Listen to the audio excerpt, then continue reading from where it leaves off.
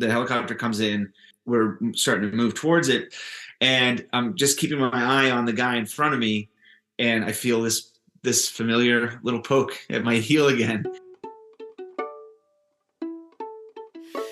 Dog people, thanks for coming back to Rescued by a Dog, the podcast about dogs that have actually saved their owners' lives. I'm Laura, and as I've told you, this season of the podcast is entirely listener supported. There are 2 super easy ways to support the podcast for as little as $5. First, you could just Venmo me $5 or whatever amount you want to send, 10, 100, also good, at the handle LauraBama. That's Laura, B as in boy, A, M as in mother, A.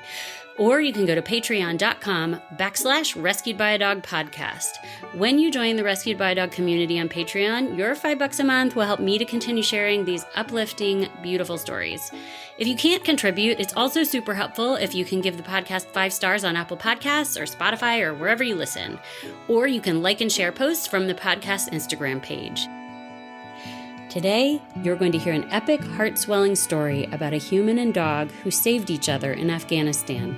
This is one of my favorites of the whole series, told by Craig, author of the beautiful book, Craig and Fred. Hi, Craig. Hey, how are you? I'm good. How are you? Good to be here. Thank you, Laura. All right, Craig, let's talk about your dog. What? Yeah. Most people's favorite thing to talk about is their dog. It's definitely my favorite thing to talk about. I've made it my duty, my job to talk about Fred. Yeah, and it's been an incredible journey. All right, so tell me about Fred. What does he look like? So Fred has a unique look to him. I always say he was 1 dog tall and 2 dogs long, and he was white, just the purest white, and then he had some orange spots. You could look at Fred and find almost any dog. You could see a lab in there. You can see corgi, of course. You can see different types of hounds. We did his DNA, and his genetics go back 15,000 years to the early human and dog. So he's 100% West Asian village dog. How much did he weigh? He was 38 pounds. So Fred has a unique look to him. We came together in a unique place. I found Fred in Afghanistan back in the late summer of 2010, and it was an area that was really hostile, kind of just had been completely controlled by the Taliban for a very, very, very long time. And I was an intelligence collector assigned, kind of attached to a team of reconnaissance Marines, which are, some of our most elite fighters. And those guys only get sent to the bad spots. They don't send them anywhere nice. And, I'd been in Afghanistan for maybe about a month at this point, and we were getting kind of briefed on the area we were going to. Nobody had really spent any time in this part of Afghanistan. It's in Helmand province, and it's called Sangin. And some British Marines had been in there, but they lost so many British Marines that the British public actually demanded that they remove them from there. And there was no base, there was no infrastructure, there was nobody waiting for us. We would have to establish kind of a hasty fortification overnight, and then when we would be just kind of on our own. We didn't have a lot of support, and so we inserted in the middle of the night out of helicopters. We found a house up on a hill that was abandoned, and we filled sandbags all night and just tried to fortify it as best we could. And, we were really prepared for the worst. And that's exactly what happened. I mean, we were attacked from sunup to sundown by, 150 to 200 Taliban fighters that were just intent on running us off that hill. And that was just some of the most intense times of that conflict. And, in the middle of all that fighting, and this is a big part of what makes Fred so special, I was on the wall with my gun and just returning fire, and some rounds impacted the wall in front of me, and I got some dirt in my eye, and I poured some water on my face to get the dirt out of my eyes. And I looked over, and there he was. And I don't know if he had like, I don't know, like a piece of dead rabbit or something in his mouth. And he was just trotting across our compound. It was this big open space with like an orchard and, that inside this compound that we were in. And like, here's this, like, it was just such a surreal moment of just like this. And it was almost like a light was shining on him, as he trotted across the battlefield in the middle of this firefight. It's the worst of humanity. It's war. I mean, it's the worst thing we can do to each other is to go to war. And in the middle of this fighting, we would look around, and it'd be like the middle of the day, it'd be like 100 and some degrees, and there'd be this little white dog just trotting around the battlefield, trotting around our compound, just like he was a show dog at Westminster Kennel Club. Such a contrast to be at war and to be fighting for our lives, and then look over and see this like cartoon character bebopping around. Just looking at him would make us smile. And after, I don't know, about like 7 to 10 days or so, the Taliban kind of got the message, and they started to back off and not engage with us kind of as directly. What they were really doing was placing IEDs around our position to try to limit our movements. But they stopped with their direct attacks, and it gave me my chance to do what I was there to do, which was to relay information. And so I pull out my laptop and I start typing away, trying to get reports back about all the tactics and all the things that I had seen, in those first couple of days we were there fighting. And I pull out my laptop and I'm ready to write, and I see this tail kind of periscope across the top of my laptop screen, and I'm like, there's that dog again, and it really just, he just always just sucked me in visually. It just to kind of watch him. And I guess this is always the part of the story where I like to go, I like to flash back to little Craig. I always wanted a dog growing up, my whole life. And I campaigned for one. It was, I grew up in the suburbs of DC in Virginia, and we were a cat family. My sister got the jump on the pets, but I always had a little spot in my heart that I just ached for a dog. And I even took it so far as I bought a leash with my own money, and I would walk the neighbors' dogs after school, and, to try to show my dad that, my mom, that I could handle the responsibility. But it totally backfired. I heard them talking one night after dinner, and I'm sure I had like campaigned again for a dog, and they were like, "We don't need to get him a dog. He's walking the neighbor's dogs." What did you like about their dogs? It was just the connection and the silliness and the like fun. Like I've always loved having fun, and we all do, right? But like I always I remember being a kid and like seeing adults and like they always just look so sad, and I would always just wonder, like, man, is this what life is? Like, are we just all supposed to be, like, grow up and be sad someday? And like when I would see a dog, it was just like, let's have some fun, and dogs were always ready for fun. And so I think, flashing forward to Afghanistan 2010, there's still this little boy in me that's just, it doesn't matter if I'm thousands of miles from home in a really hostile environment. I just see a dog, and there's just a 9-year-old in there that's like, dog. One of the things that I had to relearn, or unlearn from the Marines was trusting my gut. I mean, because you have to follow orders so often and go against a lot of times your better judgment.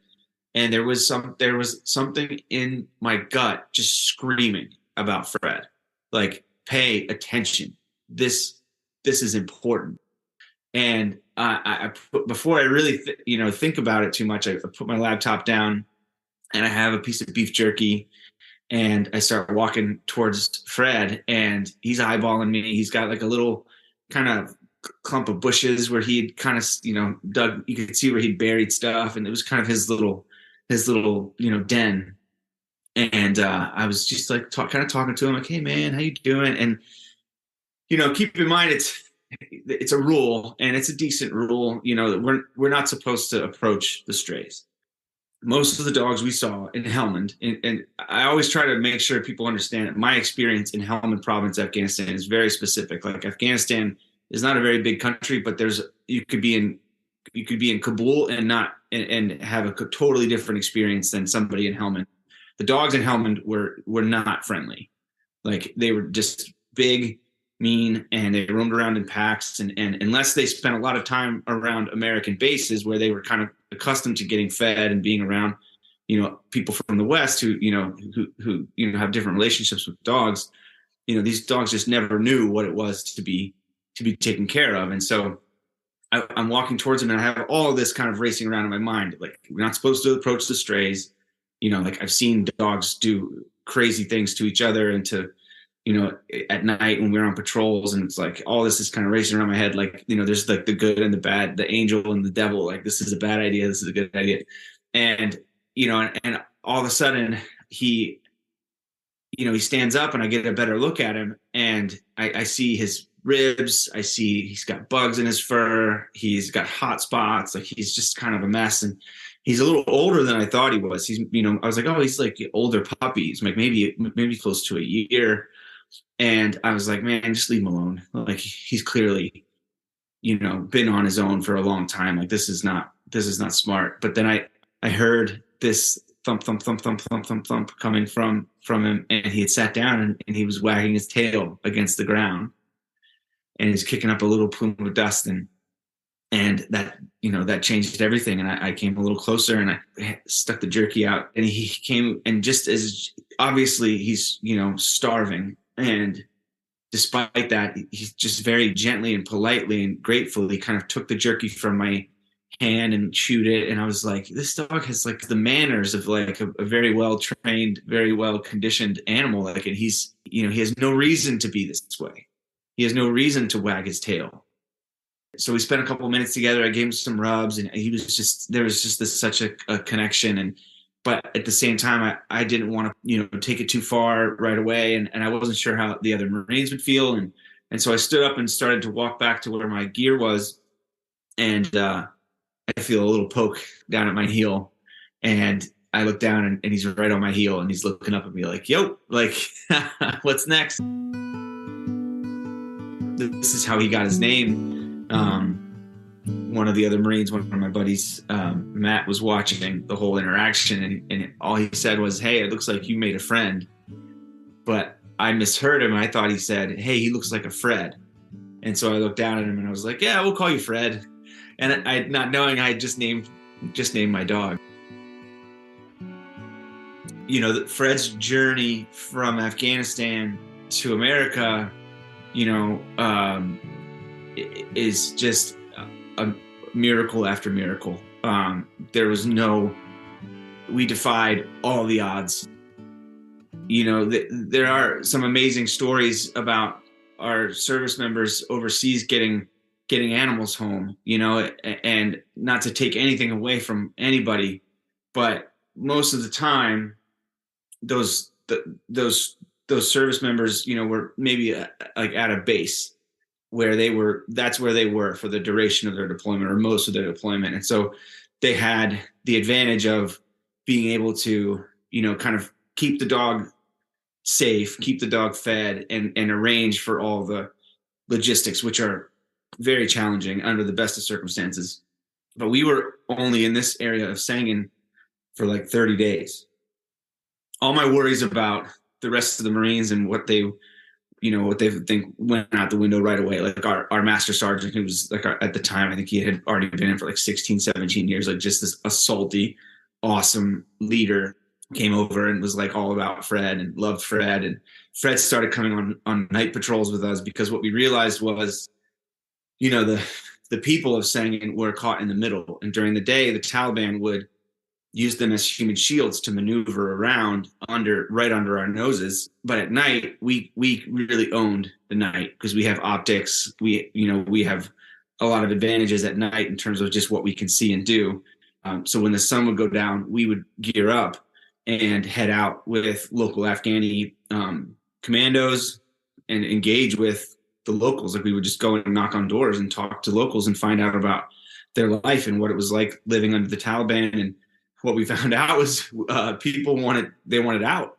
And so we started moving them from this fertile kind of valley where the Taliban really had a lot of control. We started helping them pack up their stuff and move up onto this little hill, kind of where we had our compound.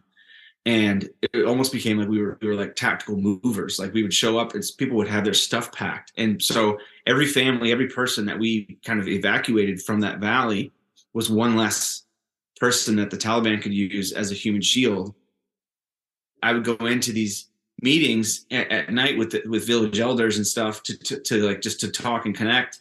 And Fred would come trotting in to these meetings, and he would come on these like hours and hours and miles through mud, through fields, through canals, and he would stay with us through all these patrols. And I'll never forget one of the first meetings that I had with these very like distinguished village elders with these long beards, and everybody's drinking chai tea, and Fred comes in and I'm trying to make like a good impression, and Fred comes in and just gives me this big kiss up the side of my face. And then he sits down and puts his back against me and kind of watches my back. And I was like, oh man, like, culturally, did I just blow it? And they all started to laugh. And I was like, I thought maybe I lost them. But then they started to ask questions, and they were like, is this, normal for an American? Is this, how you treat dogs? And I was like, oh, wow. Okay. I've got an opening here. And so I started to talk about our country and dogs, and they weren't judging. They were just curious. So Fred was turned into like a little ambassador, and opened up this whole dialogue that ultimately, led me to learning some really vital intelligence about, the area and making connections that saved lives. So we were on a patrol, and the way we would patrol to avoid IEDs was like if there was something, if we needed to go into a village or to check out an area that was like 2 miles west of our position, we would first go like 2 miles south, like directly south, and then push west from there to avoid these belts of IEDs that they had been placing to try to restrict our movement. And then we would never touch a road or a trail. Like we were just cutting through brush, through canals, through cornfields. And so this one time we were cutting through a cornfield, and Fred was with us, but he didn't like going through the cornfields. He would like kind of trot around the perimeter. And we came out the other side of this cornfield, and the area had been cut clear. All the corn stalks were gone. And so it was just this big open field, and it was a really bright moonlit night. So it was kind of sketchy. And because we were a small element moving, through, and we start to move through, and everybody kind of spreads out in a long column, and we're moving through this open terrain. And all of a sudden, Fred comes screaming through the field and cuts through our patrol, and he's just barking his head off. And we're all like, everybody takes a knee, and we're like literally as exposed as you can be. And we're like, oh my God, like this is really bad. And, one guy even like trained his sights on Fred, because he was like, if he doesn't shut up, like, I don't know what I'm going to have to do. Somebody, I think it was one of the Afghani commandos, was like, he's barking at something. Like, what is it? And so me and a couple other guys moved over towards it, and there were two men hiding under a blanket, and they didn't have any weapons on them, but what they were doing was waiting for us to move past them. And then there was a bunch of IEDs that they were going to connect to try and catch us on our way back. Because Fred sniffed them out and saw them, all they really had on them was a couple of shovels, and like a pair of like wire crimpers. And we had a bigger mission that night, so wasn't worth detaining them. But I took all their stuff and took their pictures, and made them walk in separate directions. Just the couple of minutes that I was able to interrogate them and kind of figure out their plan, that tactic, that kind of operation turned into a report that I wrote that went wide and was able, went out to all the forces and this is how they, are they're trying to ambush us on with these IEDs, where they'll lull us into a sense of complacency because they will be able to move through this area safely. And so you think you can kind of maybe go back that way because it's safe. But they've come behind you and they've connected all of these IEDs. And so you'll be moving back, you'll be walking into, it's almost like a reverse ambush. We continued on. If you can't tell, I love telling the story, and I'll go until you stop me. He always knew where I was. He would go. We would line up our gear along a wall just before the sun would go down. We would make sure all of our radios were working and everything was in place, and we'd line up all of our stuff kind of in order of the movement that we were going to go on that night. And Fred would always find my kit, my chest, my armor, and my bandoliers, and he would always curl up and sleep next to my stuff, and then he would always sleep in my sleeping bag. And I have videos of him, that sleeping in. We had these little collapsible bug nets that we would sleep in, and he went in there one time and I zipped it closed and he just passed out. It was probably the first time he'd ever slept without flies, and bugs landing on him. As we got kind of towards the end of that particular mission, everybody started to get in my ear about, Fred and what was going to happen to Fred when we left. Of course, I loved the idea of, getting him out and making him my dog. The first step with Fred would be getting him out of Sangin on the helicopter back to this big American base called Camp Leatherneck, which is a massive base with Wi-Fi and, hot food and showers. It was almost like being home at home. It was so large. And it would be how was I supposed to hide a dog I wasn't supposed to have in a place like that? So it was a huge risk, and it felt selfish. It felt silly. It felt, irresponsible. But there was this part of me that was just screaming, do it, just figure it out.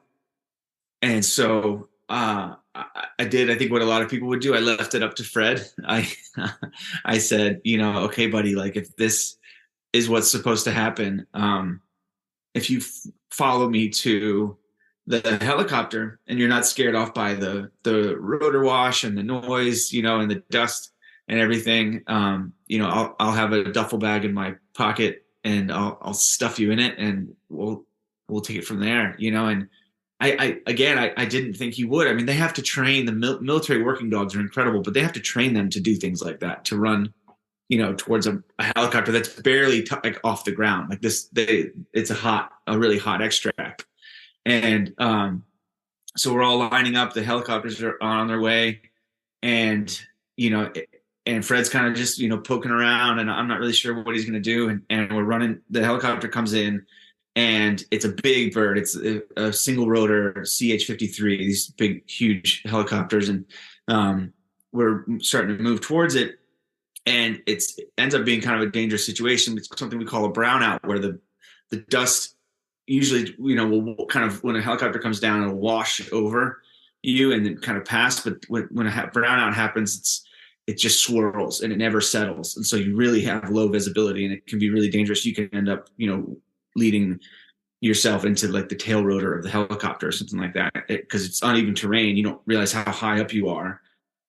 And I'm just keeping my eye on the guy in front of me, and I feel this familiar little poke at my heel again. And it was Fred, and he was right there, and he was looking at me let's do this, and I was like, okay. And I start struggling to get this duffel bag out of my pocket, and from behind me comes Top, the master sergeant. and he grabs Fred by the scruff of his neck, and all he said was, "We're doing this." We stuffed him in and zipped it closed, and it's just such a beautiful moment. Sorry. So we had to right away. We had to hide him, like, because there's a landing crew that comes with that helicopter, and if anybody outside of that unit found out about Fred, it could unravel the whole thing. And so he's inside a duffel bag, and the best thing we could think to do is like just being top. We both kind of instinctively just made the bag look heavy, like, and they'll just think it's gear. So we go running up the ramp, and there's a young Marine, and I'll never forget this kid. Like, he's just clean shaven, clean uniform, and like we're filthy. Like, we've been in the field for over, I think, like 30 days, and we've got beards and just dust everywhere. And this kid is he's like made out of aluminum. He's just this gleaming, young Marine, and he's like, "What's in the bag?" And Top just like stiff arms him, and he's like, "Don't worry about it," And we get on the helicopter, and it's kind of weird. Like, you have this, maybe people have an image of like what it looks like to ride around from movies and stuff in one of these birds, but it's not sexy. Like, we're all piled in there. We have 30 days worth of gear on our backs, so it's like we can't sit in the seats. We all have to sit on the floor, and we're all in there like with our legs interlocked to pack as many Marines in there as you can. And I have Fred between my legs, and Top is sitting next to me, and the last Marine makes it in, and we start to lift off, and I look around that helicopter, and it's just these big, beautiful, tattooed, tough Marines with all their gear and camo and guns, and all I see is teeth, because they're all smiling, and they're all like quietly fist bumping because they're like, "We got Fred, like Fred made it on, Fred's on." That ride was long. It was like over an hour in that helicopter. He squirmed. He was kind of upset at first, and then I unzipped it a little bit and stuck my hand in there. And as soon as he felt my hand, he kind of like settled down and he laid down. In that moment, it was like I was so happy and so excited, and then instantly so like filled with anxiety. Like, wait, what did you just do? Like, and because Fred was, Sangin was safer for him. Sangin was all he knew. Sangin, yeah, his life would be short, but it would be natural, I guess, for the dog from that area, and so I was now taking him into a place where if I was caught with him, his life would be over. He would be put down without question. And, there would be some consequences for me, but I wasn't worried about that. I wasn't planning on having a long military career. Meanwhile, Fred is living with the DHL workers, the shipping company. So these DHL workers were all from like the Philippines and a bunch of different countries. They were all working on this base for DHL, and they figured out on their own. I wasn't sure how they were going to hide Fred. But it was a busy kind of compound where they had a couple forklifts, and there was always like, air conditioners getting shipped in and just different supplies and stuff, pallets of stuff coming in all the time. And somebody figured out, that if they just anytime an American kind of, would come around, like a general or a colonel or somebody, some Americans would come into the compound to like inspect stuff or sign for stuff.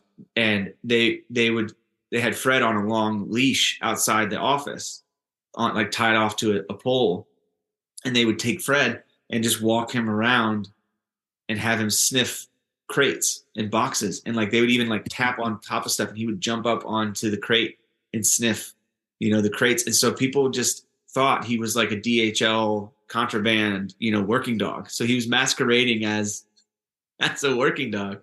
It was just so great. So great. How long was he at Camp Leatherneck? Was probably a month-ish. I had to go back. I went back to Sangin. So we came out and had like a week and a half break. and we got, hot showers, hot food, and cleaned all of our stuff, and reinserted back into Sangin in a slightly different area. It was great. I mean, we really kept the Taliban on their toes. They had no idea. They thought we were just gone. But then it was like the third or fourth day, we would take a small team and take some Afghani commandos with us, and we would go and spend like 3 days out on like a long patrol through the green zone and through all these Taliban kind of infested areas. And on like the second day of one of those patrols, I got hit with a rocket. They attacked us with a 107 millimeter anti-tank rocket, and they shot those at us all the time. And usually they're not very accurate, but they got pretty close to our position and shot one through a wall. And I had been up all night and was just catching a little nap with my head against the wall, and it detonated right behind me. And it was just a mud wall, probably like less than a foot thick. And it blew the whole wall down on me and knocked me out. So they did the concussion protocol on me, and I failed a couple of the tests. And so they decided to medevac me that night. But we had to get back to our base, which was nuts. We had to wait till like it was like 1 a.m. and they kept trying to attack us because the house we were in caught fire. It was a crazy day, and I couldn't even put my helmet on when we were patrolling back because my head was so swollen. So they medevaced me out that night back to Camp Leatherneck, and meanwhile Fred is still there, and I kind of like came to my senses in this, like laying on this like hospital bed in this little tent on Camp Leatherneck, and was like, I gotta get out of here. Like, this is if I'm not in the fight, if I'm not in the field and I'm back here, I'm getting Fred out. Like, this is my chance. So that rocket ultimately was a gift, because I would have been out in Sangin on that second trip for another couple of weeks, and who knows how long Fred, would have been safe, kind of hiding in plain sight with those DHL workers. And the concussion protocols weren't as strict back then as they are now, and I was able to kind of just convince everybody that I was fine, and got discharged, and that gave me the time to arrange the paperwork and get a kennel, because that was a big challenge, was like actually getting him a kennel. Like, I could order one, but it would take weeks to get there. So Fred flew home we don't say stolen, we say tactically acquired. Fred flew home in a tactically acquired military police dog kennel. So it was like this big, nice kennel that a young Marine, took when no one was looking, and dropped it off at my room. And I love that, because like the military police would have been the ones that put Fred down, and here he is flying home in one of their kennels. The rest of Fred's journey, really to me is that as incredible and vibrant as that, the memory of getting him on that helicopter is, that was where people really stepped up. And I saw just the best of humanity when there's something, at stake, when there's something really beautiful at stake, and some people that never even met Fred, just heard about Fred, did things for him, stole things for him, like broke rules for him, to get him the rest of the way home. And, he flew, I got him on a commercial cargo flight out of Camp Leatherneck, and he flew home, and he was home 4 months before me. And my favorite part of the story is, or one of my favorite parts is, that it was my dad that took care of him for 4 months. And it's so poetic, because my whole life, all I ever heard from my dad was, if you ever get a dog, I'm going to end up having to take care of it. And he was right. After Fred got home, we packed up and all of our vehicles, and we drove to Sangin from Camp Leatherneck. And I spent the next like 60, 70 days in Sangin. Can you describe to me the first moment you saw him again when you got back to the States. Oh gosh, yeah. Yeah, that was cool. So I walked up to the house and um, and knocked on the door, and I heard this bark, which is so weird to be at it was my childhood home. My dad was still living in the home I grew up in, and it was so funny to knock on the door and hear a dog barking from inside the house, and he just came out and just went berserk, and just was just he was so squirmy, like he was this long, strong little thing, and he would like just wrap himself around you. He'd be squirming so much and so happy that he like would almost like his butt could touch his nose. Like he was so happy, and I just lay down and just let him go crazy. My family and friends came over and everybody was upstairs, and I took Fred on a leash and we snuck out the back door, and I took him on a walk around my neighborhood on those same streets, where I walked all the neighbors' dogs. It was really cool. I didn't really appreciate the story for a long time. I came home and this is where, Fred rescued me, and he still is in so many ways. But the first kind of way that he did was just by being a dog in my life, and like being something fun and goofy and, energetic, and just pulling me out of my shell. But I was not going to talk about Afghanistan. That's just is what it seemed like people do, and like from other generations of veterans, like I had an uncle who was in World War II in the Battle of the Bulge, like just horrific stuff. But that was, at family gatherings, like that's Uncle John, he was in the Battle of the Bulge, and we don't talk about it. Who am I to come home and want to deal with or talk about or draw attention to anything that I did? But Fred had other plans, and I got a job really quick. I got out of the Marines when I got home, got a job working in the intelligence world in DC. And, 6 months after coming home, my life on paper was very much on track. I had an apartment, I had a new car, I had a good paying job, and, I was back home with all my friends, but it was, I was very much not okay. And I was drinking too much and ignoring a lot of issues. It was Fred that really showed me through this story that opening up and sharing yourself and being vulnerable requires way more strength than it does to be the strong, silent type, which is what I was trying to do. The way he showed me that was by, again, just being a dog. He walked so tall. He walked up, not just forward. Like he trotted and like lifted off the ground everywhere he went. I would come home from work. It was kind of a soul crushing job, and going from Afghanistan, which I loved in so many ways. Like I loved the job I did. Sangin, when we showed up, was a hellhole, but when I left, our patrols were basically like going on walks to the farmers market. Like it came back to life, and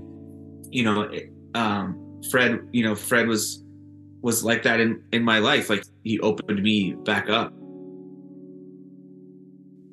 Everything just got in the way of being with Fred.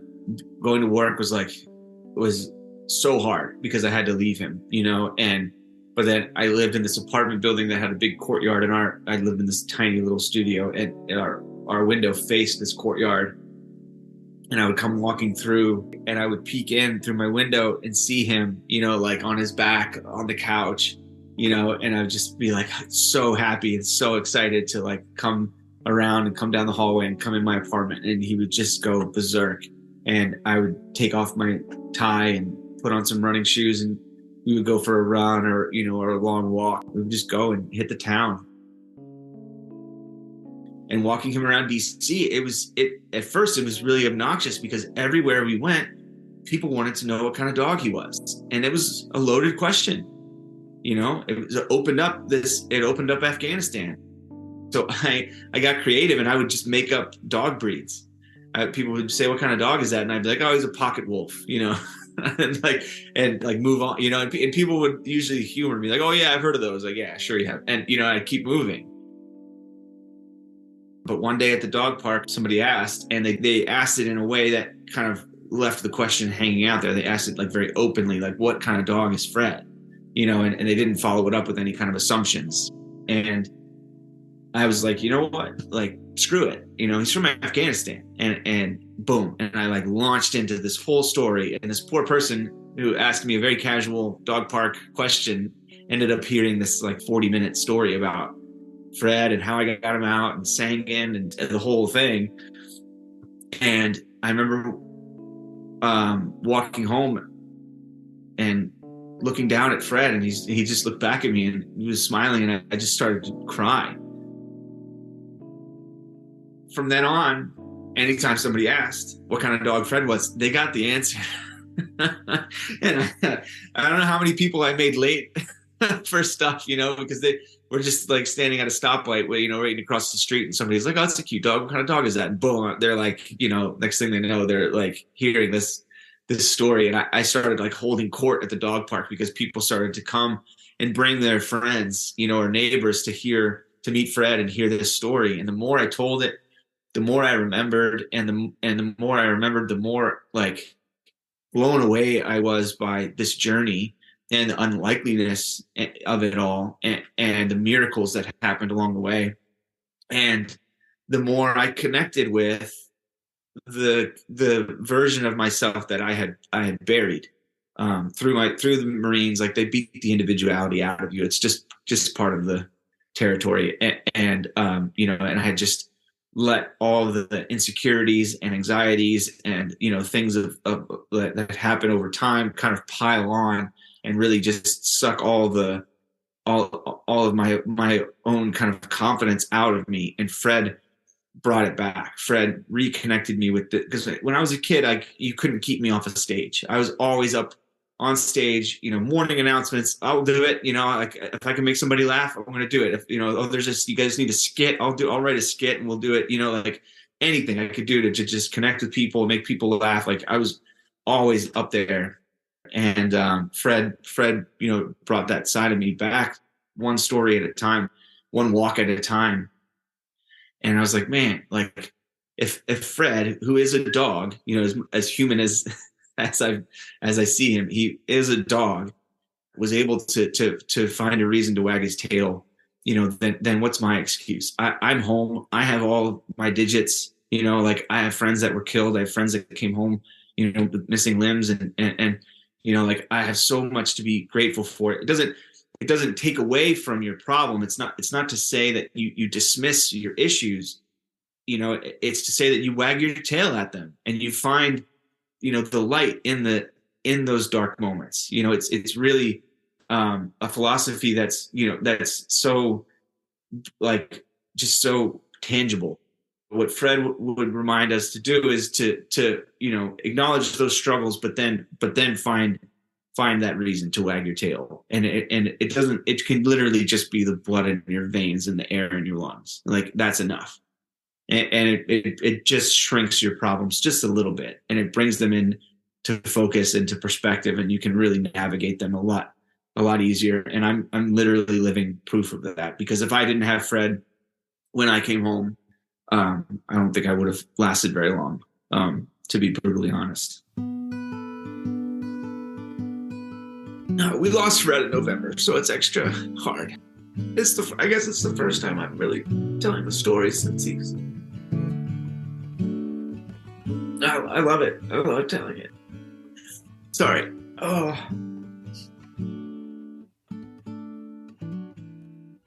The physical loss is what we mourn, but there's a new relationship with him, and there's a new connection with him, and there's a new appreciation for everything that we did when he was here. Fred showed me that life doesn't have to be this this thing that we just endure. We can have a life of service and joy and fun, and also be a value to society, to the world.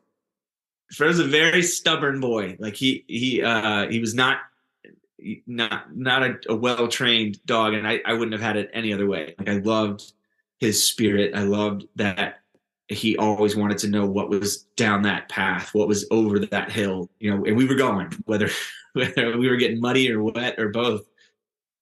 He loved New York City, and we called it New York Fred. It was like he got this extra like chip on his shoulder, and he would just like, walk around New York, and like even the like most salty, grizzled, New Yorker would like look down at him, like just smile. It was like you loved walking behind Fred because he would be leading the way and be trotting at the end of his leash, and you see people coming towards you, and they look down at him, and then you see them smile as they walk past you. It was like it was such a special thing.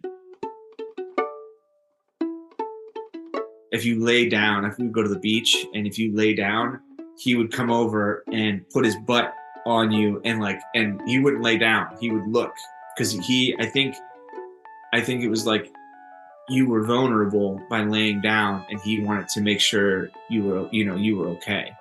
And he would do it to me and to Nora and to our friends and stuff, but he would also do it to strangers. Like if we let him off leash at the park or at the beach, and there was somebody laying down taking a nap or suntanning or something, you'd turn around and be like, oh gosh, I gotta go get him. Our wedding day was amazing. He was such a funny boy. He's the ring bearer, of course, and he had a little tux on. We got married on the beach on Cape Cod in my wife's hometown. Of course, Fred took off into the ocean in his tux after a seagull. Like it's so funny. Everybody was just like, there he goes. That's Fred. If Fred were here and he understood human English, what would you like to say to him? Oh man, so much. But I think he knows. He knows how grateful I would tell him thank you. I would say thank you for rescuing me. I only rescued you once, and you rescued me countless times, and you still are. And I would tell him, like, people love you all over the world. Thousands and thousands of people are in love with you and your story and your message, and it's gonna live forever.